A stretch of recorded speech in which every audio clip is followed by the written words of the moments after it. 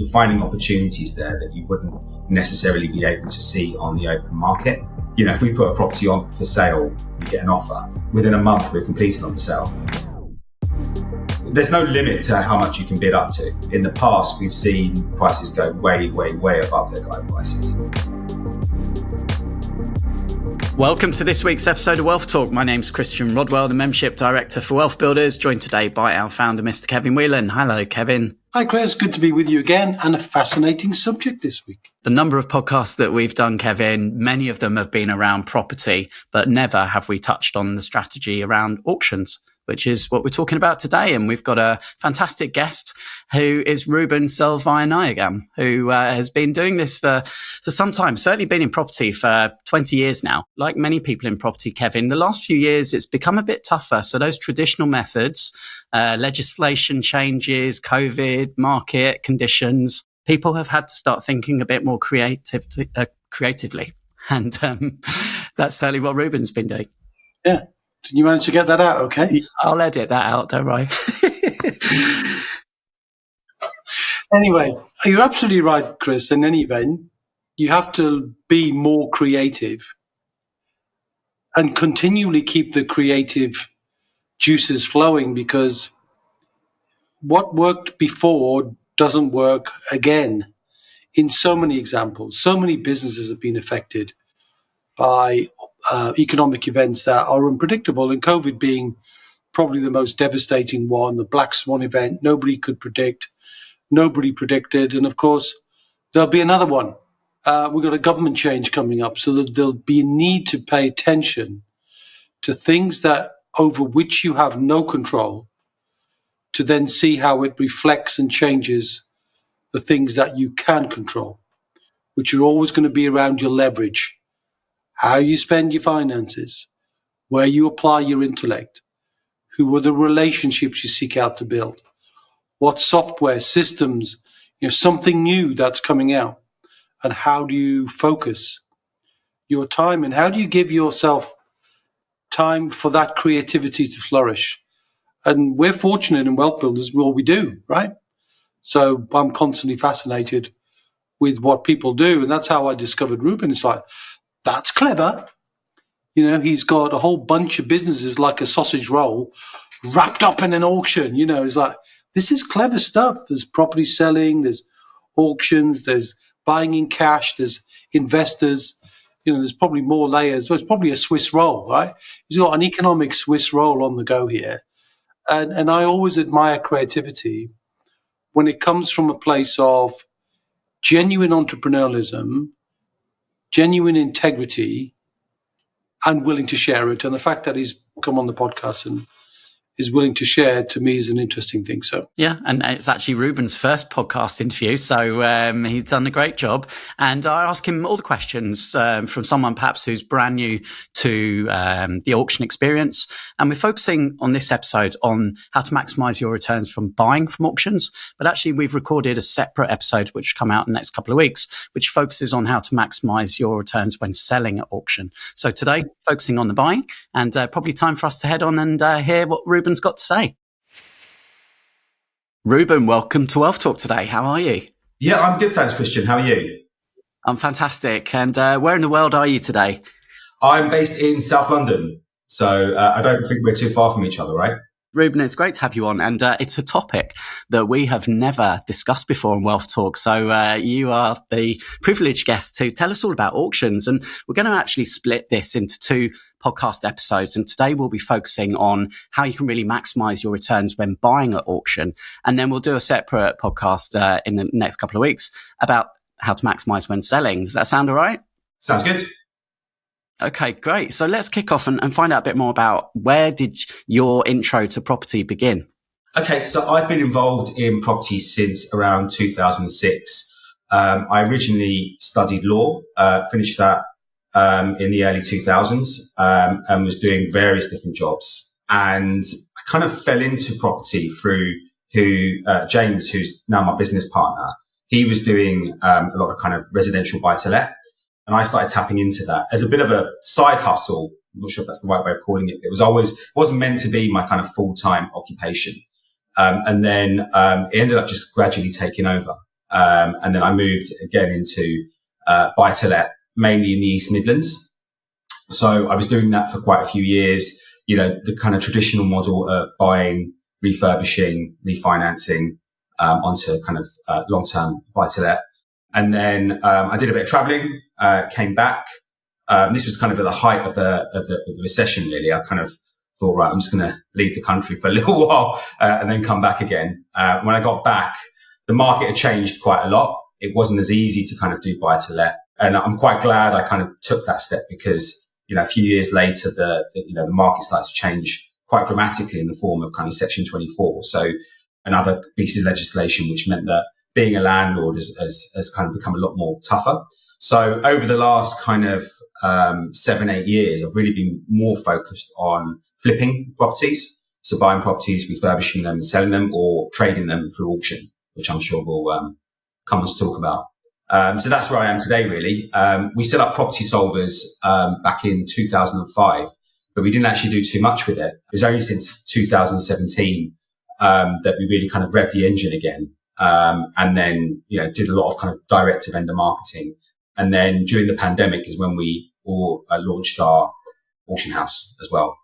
So we offer both cash purchases, so cash buying, effectively the ability for a seller to complete in 7 to 28 days with no estate agency fees or no legal fees. Or if the offer that we make for cash is unacceptable, we introduce the auction option to them. So we've kind of introduced that over the last 4 years into the business, really, as a kind of side to help people that are looking for a fast disposal, and still want, a level of security of sale that you can't get through the open market.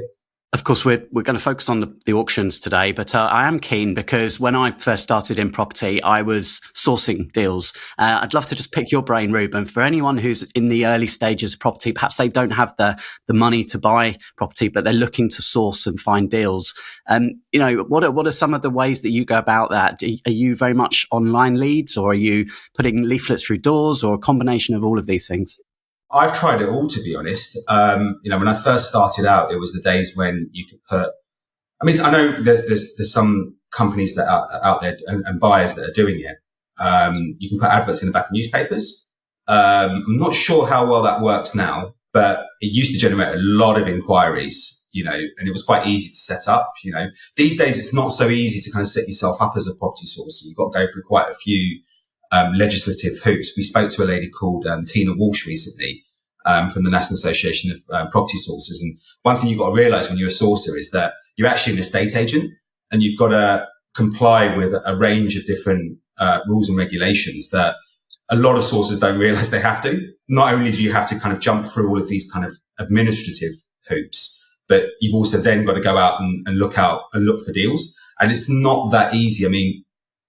Yeah, you might be lucky and you might meet an estate agent that's, willing to kind of, pass on a deal to you that's, below market value, or, there's something in there where you can, you've got a bit of juice, or you've got some equity in there.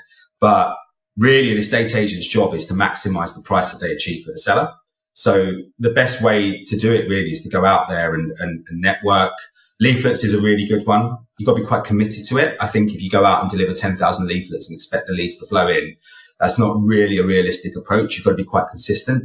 When we were doing it in London, actually, we would send out leaflets and then repeat the cycle maybe every kind of 5 or 6 weeks. So then the kind of message kind of gets out there a little bit more.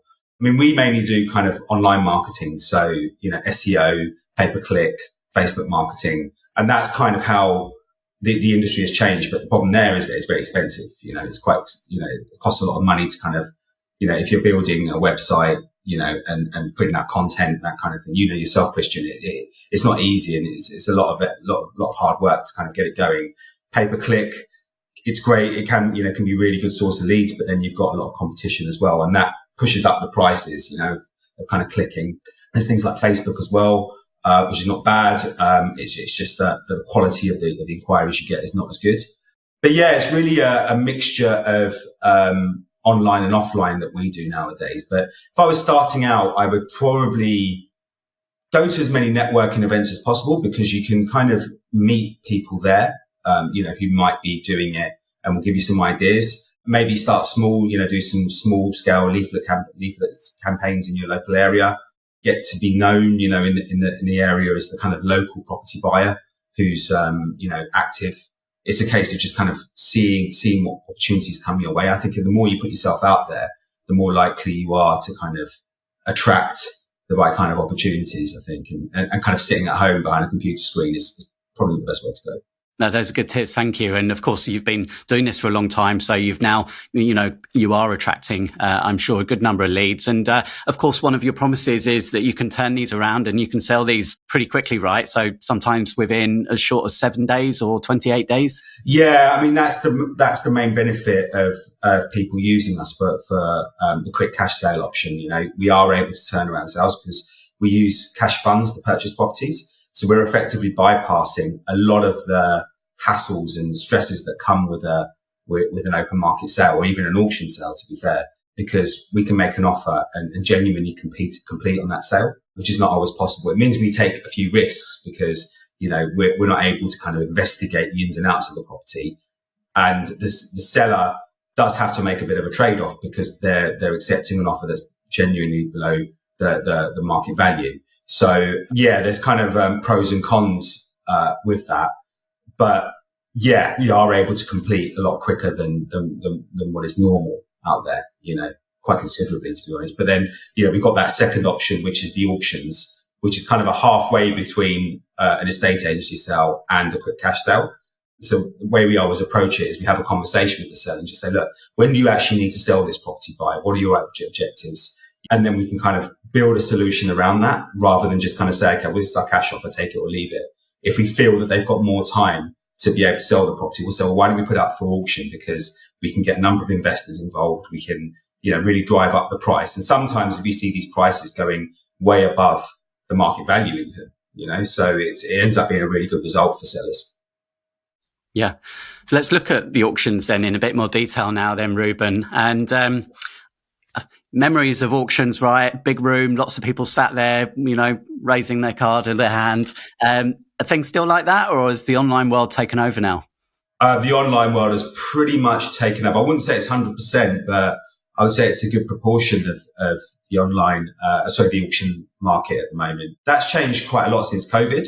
I think auctioneers were kind of forced to go online during COVID, and they've just kind of stuck in their ways, and a lot of buyers are now more accustomed to online bidding. Before it was a little bit kind of almost crazy, kind of like, right, I'm about to bid on a £500,000 house and just on a click of a button, like I'm buying something on eBay. But now people are just a bit more accustomed to it. And then you've also got live stream auctions as well, which is kind of, you've got the auctioneer on the rostrum, and then you've got people just bidding online. So it kind of gives that auction room feel to a degree, but you're still sat behind your computer screen. And I think that's just the way the industry's changed. I think COVID fast tracked that. And it just meant that people were just like, right, okay, this is just the way it is now. And, for an auctioneer, the amount of savings that they're making by moving it all online is quite a lot. Before they had to hire a room in central London. They have to get all their staff down there. They have to kind of, a lot of overheads to kind of, to deal with, to kind of run these auctions, So it's meant that everything is kind of consolidated to a degree. And buyers seem to be happy with it, There is something about the room, there's networking opportunities, and also, there's that ability to kind of, I guess it feels a little bit more daunting in the room. Behind a computer screen, it's very easy to just click a button, which is great for sellers, by the way. But in the room, you're kind of maybe a little bit more tense and you feel maybe a little bit more scared to bid, maybe. But yeah, it's definitely evolved. I wouldn't say in the room auctions are over, because they're happening all the time. But I think more people are accustomed to buying online. And in the room auctions, a lot of people are, doing proxy bids and things like that. So it's still kind of active there, but nowhere as much as it was. Many of our listeners, Ruben, will be investing in property right now. some perhaps have got experience of buying at auction and some haven't. What would you say are some of the benefits of purchasing property at auction? And of course, then we want to look at how to maximise, those purchases as well. Sure. The benefits, there's quite a few. Obviously, you're finding opportunities there that you wouldn't necessarily be able to see on the open market. So provided you do your due diligence, you can really find some good deals. It does take a little bit of experience and a little bit of knowledge to really kind of discover what these opportunities are. But they're certainly out there, especially at auctions. And in the current market, we are still in a buyer's market for a range of reasons, which I'm sure we'll talk about. There are probably more opportunities than there have been for quite a long time. A lot of landlords, for example, are selling up because of a range of reasons, really. It's just no longer easy to be a landlord. You've got rising interest rates. You've got the impact of Section 24. I think I heard a statistic that 95% of all tenanted properties are owned in a personal name, which effectively means that if you have got a mortgage on your property, your tax bill is probably going to be quite hefty at the moment. So a lot of landlords are just throwing in the towel and saying, right, I'm just going to, sell the property. They may have not done a lot of work on the property over the last kind of 15, 20 years that they've owned it, but still got a decent amount of equity. So they don't mind maybe taking a little bit of a hit. And often they're putting it up at auction because they think to themselves, well, I can just, dispose of this property in a relatively short time frame and get a decent price for it without having to do all the work. So there's a lot of those kind of properties going on the market. I know you spoke to Kirsty Dawkins recently about commercial property. I think there's a real kind of flood of commercial property going onto the auction market, which obviously has its own risks. It's almost a separate world to residential, but if you know what you're doing and you really understand the ins and outs of commercial property, most commercial property sellers are going to be looking at auctions rather than private treaty. It's a very popular place for all commercial properties to be sold. We've sold quite a few in our time. So, the opportunities are generally there at the moment at auctions. Are there certain types of property that simply you can't sell through an estate agent? They have to go through auction? I would say most properties you can sell through an estate agent. The problem you have with estate agency sales, or private treaty as they're called, is that the buyers tend to not be as sophisticated. So, we've sold properties that need work and things like that through our estate agent. What happens is that you often get buyers turning up and just kind of combing around the property with a magnifying glass, just picking at holes and just saying, I don't know if I'll buy this house anymore. Whereas with auction, you're kind of holding the buyer's feet to the fire and just kind of saying, look, we're able to get you a pretty good discount on this property because it needs the work that you require. So we need you to commit to the sale. Generally at auctions, you're going to be finding properties that need work. As I mentioned, a lot of landlords, they've let out the property for, let's say, kind of 10, 15 years. They haven't really done that much work to it. To refurb a property at the moment is quite expensive. So they're thinking to themselves, well, I'll just get rid of this property rather than kind of refurb it and put it on the open market, because that is the way to maximize the price. If you have got the time, the effort and the funds, it can be a wiser idea to kind of, right, I'm going to fully refurbish this property, put in a new kitchen, new bathroom, and then maximize the value you get from it. But you've sometimes got to balance it out and think to yourself, okay, well, how much time is it going to take me to do this? Am I going to be able to manage all the trades and afford everything, and what is the difference in the price really? So if I'm going to spend like £40,000 on a refurb, am I actually going to genuinely add more value to this property or not? So we often have that conversation with sellers because they're kind of umming and ahhing about what to do. And we just say, look, because we're doing refurbs ourselves and we've seen over the last few years how much costs have increased. There's often a bit of a balancing act to kind of figure out whether it's actually just worth just selling the property at auction or, taking it off the market and just refurbing it and then putting it back on the market to sell. I guess that's, it's a combination of thinking about whether you want the capital and how to deploy that or whether you want the cash flow. And we focus a lot on recurring income at WealthBuilders, and I guess rents are at all-time high at the moment, aren't they? So as you say, if you can refurb it to a high standard, then perhaps you can get some really good cash flow. Yeah, I mean, rents are definitely increasing. And I think that comes down to this whole supply issue. The problem that a lot of landlords have is that if they own the properties in their personal names, it just makes it very difficult to even if you are increasing your rents, you're limited to the amount of mortgage costs that you can offset against tax at the moment, as a result of Section 24. So even if you are increasing your rents, if your mortgage costs have gone up, you're still going to be struggling because your tax bill is going to be so high, you know? So you get all this money and then suddenly it's just disappearing in tax. So really, if you're buying if you're buying buy to let, 100% buy for a limited company. Anyone that tells you anything different doesn't know what they're talking about. Would you mind walking us through the process then of buying at auction?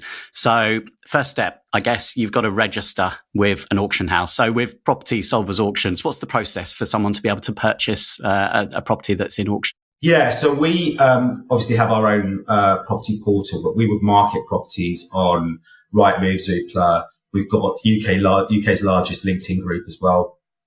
So our properties kind of go across the web, but a lot of people visit our website as well and find out about the stock we're selling. Essentially what will happen is they would register their interest. Typically, most people want to see the property first. You know, they want to organise a viewing, which absolutely we can do. We can do viewing 7 days a week. So that's usually the first stage, is go and see the property, see if there's genuine interest. I mean, this is a process that most auctioneers would follow as well. So it applies not just to us, to any kind of auction property. You know, you go and see the property. If it's something that you like, there should be an inquiry line. So we've got our own 24-hour inquiry line where people can get in touch, ask as many questions as they've got, you know, with regards to the property, find out more about, the auction dates, what's going to happen. So there's a process that we go through with the seller, which we'll talk about probably on the next podcast. But really, we aim to prepare the property in the best possible way, because ultimately our client is the seller. But we also have to kind of make sure that all buyer inquiries are dealt with in the right way. So with the seller, we would already have organised an auction legal pack. So because the buyer is committing to the sale, they really need to understand all the ins and outs of the property before the hammer falls. So if they're going to bid, they need to kind of know, right, okay, are there any issues with this property, legally speaking? Are there any physical issues that I may need to deal with once I've purchased this property? So, you know, you need to make sure that you know everything that you're getting into. The slight risk with auctions is that you don't know sometimes. There's sometimes a few grey areas that you're not sure about. But that's the whole reason why you're buying at auction, because typically you're going to be buying at a healthy price. So you're kind of factoring in these risks that come with buying at that kind of level, you know. Does a buyer have the opportunity to carry out a survey if they want to before? Yeah, it's we wouldn't object to that, and most sellers are fine with it. The problem is that there's no guarantee that you're going to win the auction, you know. So you know, you could end up spending a fortune on surveys and not actually buy anything, you know. So it depends on the property. I mean, you can there's a lot of telltale signs with properties. You know, for example, if you walk around, you see some kind of suspicious cracks, or you see some Japanese knotweed, or you can see some signs that, you know, make you believe that there's something's not right with this property. You don't really need a surveyor to kind of come around and tell you that. And then there's obviously a lot of online checks that you can do. You know, you can check things like flood risk. You can check things like, a number of different things you can check online. You know, these days, the ability to do online due diligence has never been better. So there's a lot you can research, in addition to kind of sifting through the legal pack.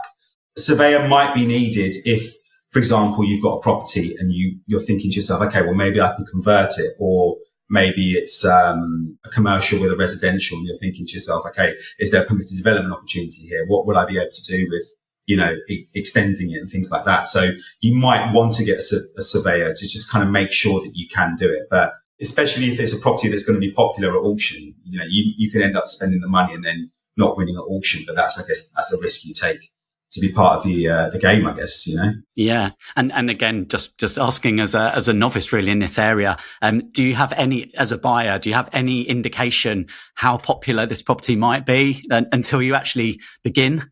Yeah, basically, because it's all online, you can see how many people are watching the property. That doesn't necessarily mean they've registered to bid.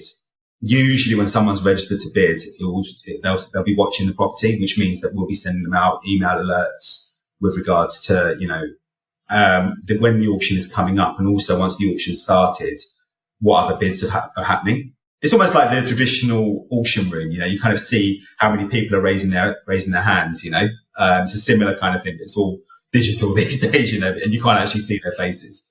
So yeah, you do have a rough idea.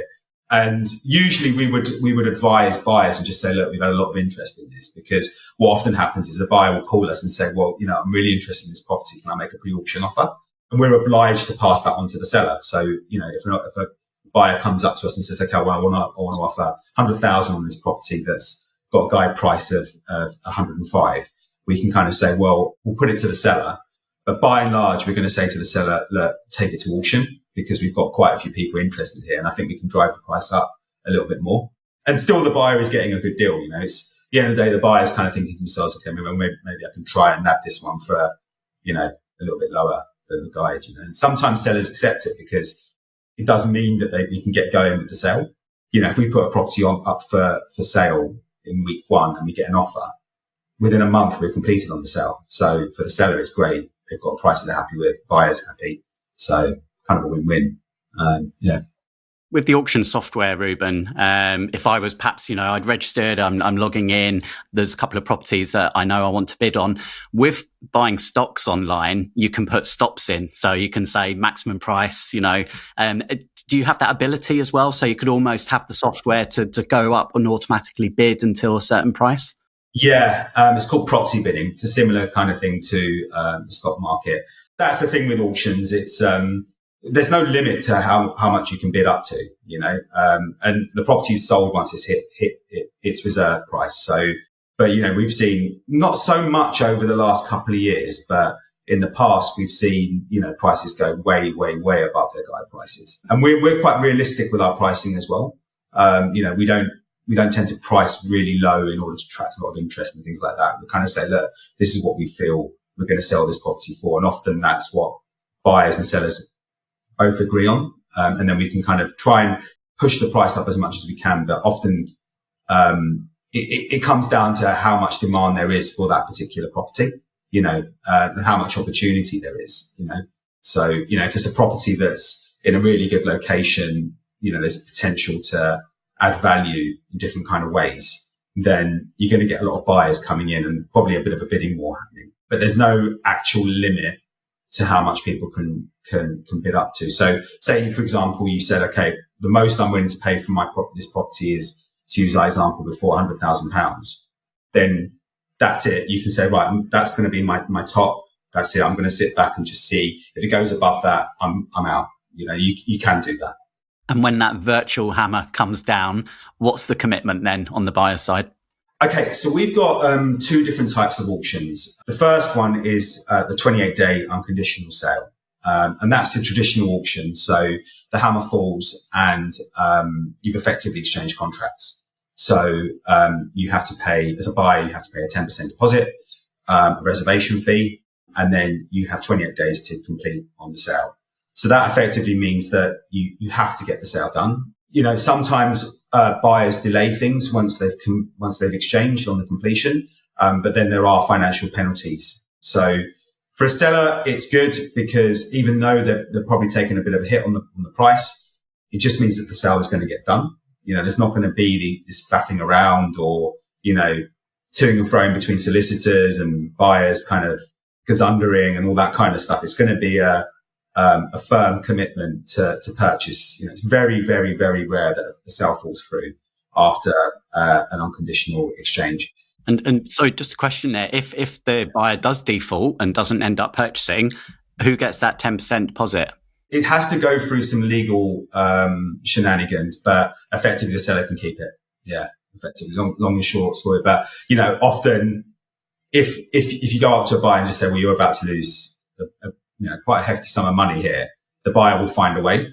In most cases, it comes down to the buyer trying to organize mortgage finance in 28 days, which by and large is going to be, I wouldn't say impossible, but very, very difficult. So often it comes down to the buyer organizing bridging finance or, finding the money somehow to be able to complete on the sale. We've only had it once where the buyer has just said, no, I don't want to complete anymore.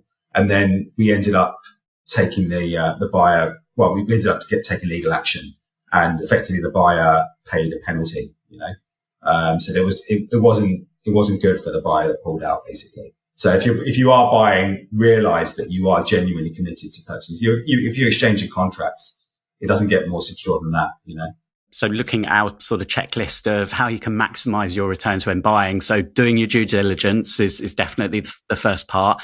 Would you say making sure you got your finance sorted is another key part then? Absolutely. Yeah. I mean, so when the hammer falls, you need to have the 10% ready to pay. That's 100%. You can't avoid that. We give buyers 24 hours to organize it, but most are paying us on the day of the auction. But there is a bit of a window to sort that out. But you need to definitely have that money in place, because if not, then you're in breach of contract. So these are all in the terms and conditions that you would need to sign before you're able to bid. So you need to commit to these terms and conditions. And these are, most auctioneers use RICS common auction conditions. And then also, but prior to being able to bid, you need to go through some anti-money laundering checks and a few other kind of legal verifications to make sure that you are a legitimate buyer. Auctions, because there's so much money going through the system, there is a lot more regulation that's coming into play in our industry. We've had to go through quite a few checks and balances over the last year or so, just to kind of make sure that we're compliant, because it's kind of an industry that's quite ripe for a bit of corruption, I guess, So as auctioneers, we need to really check the credentials of the buyer before moving forward. So you need to have that 10% in place, and then the ability to complete on the sale. So the remaining 90%. Within the 28 days. And most auction buyers who are seasoned, they know the story, they know what they need to do. So very rarely we have problems, but they can crop up. And what happens is if that 28-day time period is missed and the buyer isn't able to complete, the seller can impose certain penalties. So that's in the terms and conditions as well. So there will be late penalties as well if the buyer doesn't complete. Okay. And what are some of the other tips and tricks, if I can put it that way, of buying? So is there anything that we've not discussed that you might recommend to someone to really get the most out of their purchase? I would say just really get out there, go and visit the property, understand the industry that you're working in. So if you're, going to networking events and understanding the different angles that you can find with buying property, then you're going to be ahead of a lot of other buyers. There's plenty of opportunities out there in commercial, for example, to convert them into residential. But you've got to understand the rules of the game in order to be able to do that effectively. So if you can see a planning angle that others can't see, they're going to be sitting back wondering, why is this guy like bidding on this property? And what am I missing here? So really kind of educate yourself and understand, okay, well, what can I bring to the table here that others aren't seeing? There's plenty of opportunities to have a look at land, commercial property, permitted development, all those kind of things. So, really, as I say, get to know the type of property that you're looking to buy, and see where you can get the edge. Fantastic. Well, it's been fascinating discussing this with you, Ruben. And of course, we're going to come back with a second episode where we focus more on the seller's side. And if anyone would like to kind of check out online a bit more about what you do and your auction house, Ruben, where's the best place for them to head? I would just say Google Property Solvers Auctions. I'm on LinkedIn. It's Ruben Selvanayagam. We also run the largest LinkedIn group for property investors. If you just look up UK property investors on LinkedIn, you'll find us. So feel free to join us there. And contact me, DM me. Happy to have a little bit of a discussion with regards to, what your own objectives are. We do also deal with private investment as well. So if you are looking to invest in the properties that we're buying, we are actively looking for investor partners as well. So if that's something that you're interested in, feel free to drop me a line. We can have a conversation about that. Great. I'll pop all of those links in the show notes of today's episode. So thanks again, Ruben. Yeah, likewise. So lots of information from Ruben there, and we will pull out some of the wealth lessons as we like to do, Kevin. Before we do that, we've had a new review come in, and I'm going to read this out because we appreciate everyone who takes time to put some words online for us. And this one's from Alan. Alan says, I've been in touch with Kevin and his team for over 2 years without actually doing business yet. However, Kevin has always found time to answer my messages and hold informative initial video calls to clearly explain the SaaS process without pressure, but complete professionalism. I would be recommending Kevin and his team at every opportunity. That's nice. I mean, I think we've had a similar theme in recent episodes, haven't we, where people have given testimony to how relaxed we are. We're focused. We want people to build their wealth. And of course, commercially, we want to attract as many members as possible so that we can serve more people and help them become financially independent.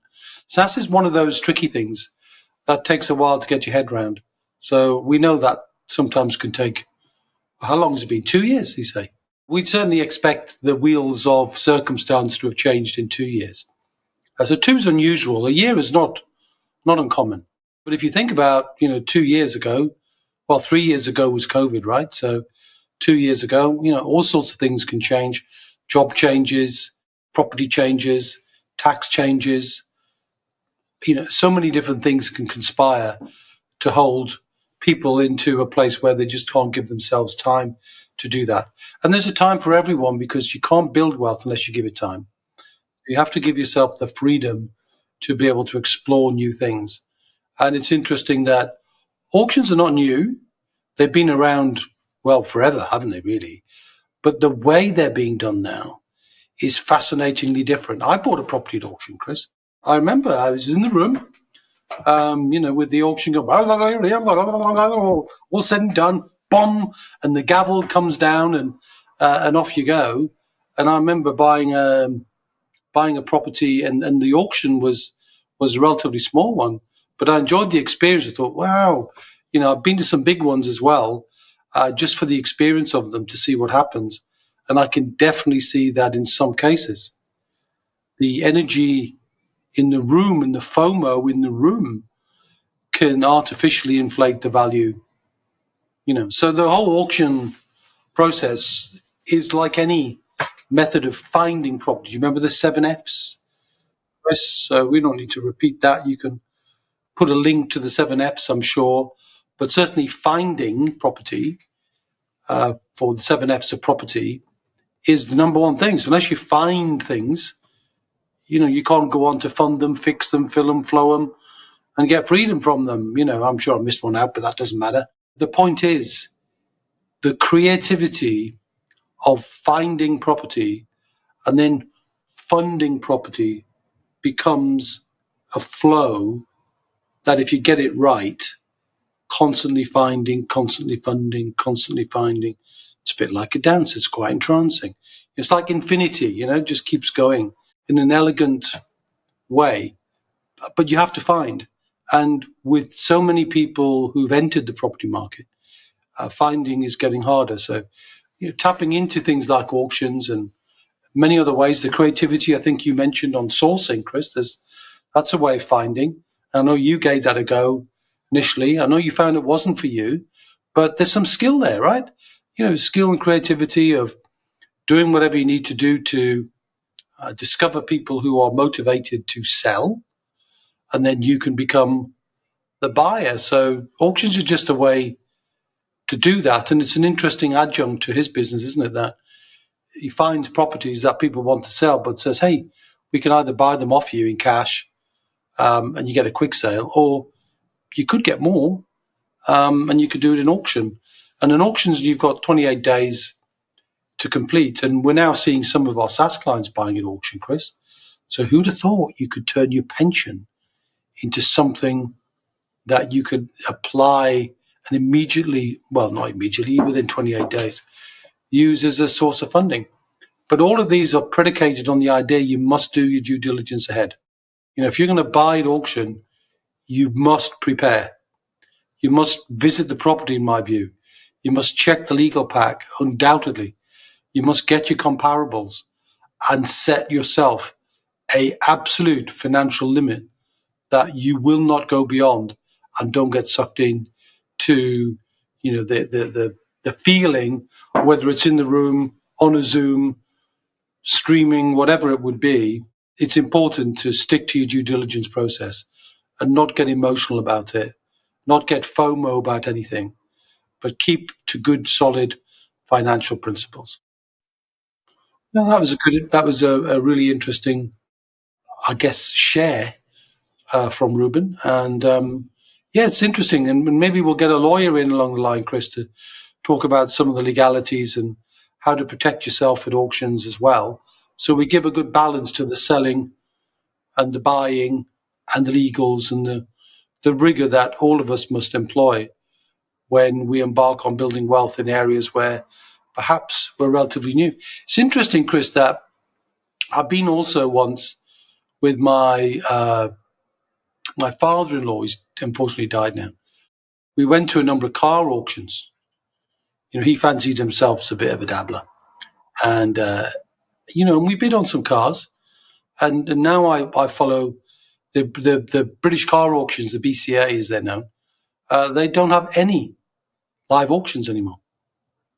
Yeah, thousands and thousands and thousands of cars are now sold online, and it's fun. I don't know if you've ever, I've got access to that, and I listen to it. And sometimes if I'm looking to buy a car or just looking to get something extremely good value, you can buy a car at auction, and it's just fascinating to see the speed at which cars are sold. They're done and gone within a minute. All the bidding's online, and you pre-bid, and it just was a bit like eBay. If you bought golf clubs on eBay or whatever it is, you put in your bid, and the system recognizes exactly where your bid is. And again, that makes it easy because you can say, I'm going to cap out if I want to buy a certain car at that price, and then you don't go above it. But the principles still apply here. I think this whole idea is becoming increasingly more frequent. So I would encourage anybody to participate, just to learn, get the experience, not necessarily to bid, but just to get the experience of, I see how this feels, how this flows, and whether that then encourages you to look at that as a genuine source of finding in the future. But you have to have your money ready, right? So, you can't be messing about with, now I bought property, I need to go get a mortgage. You can't do that. The money must be ready. You need to have a good, ready, available source of funds, whether it's cash, investors, your pension, whatever it is, but it needs to be nailed down.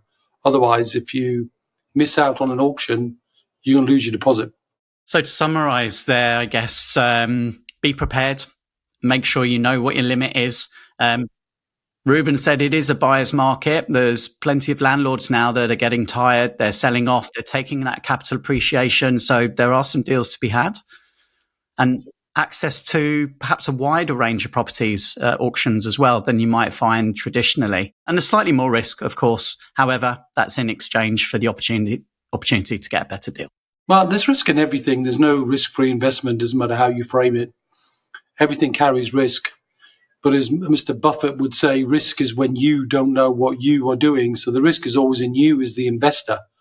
So if you don't know what you're doing, you turn up to an auction and just go waggling your finger or waggling your digit on a mouse, you're in trouble.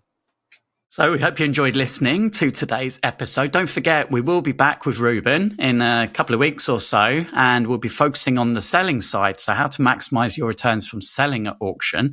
So tune in. And if you know someone who might enjoy listening to today's episode, then do share. Hit the share button on your podcasting app. And Kevin and I would appreciate that as we build the WealthBuilders community even wider, further reaching than it already is. Yeah, I look forward to people commenting on what are the things that, we didn't cover this for a long time. And how long has it been since we're doing the podcast now? 5 years? 2019, yeah. 5 years now, when it's only just come up. So maybe there's something else and somebody's curious about that we could share that just somehow has escaped our radar. I think we've covered most areas of wealth, most areas of property for sure. But is there something that you would like us to cover and get an expert or a guest to talk about the pros, the cons, the risks and the rewards? If you've got something you want to share, then where would people send a note to that, Chris? Send an email to hello@wealthbuilders.co.uk or reach us on the socials, drop us a DM, and we'd love to hear from you. All right, a DM indeed, right. We'll be back same time, same place next week. It will be. Until then, my friend, I will see you.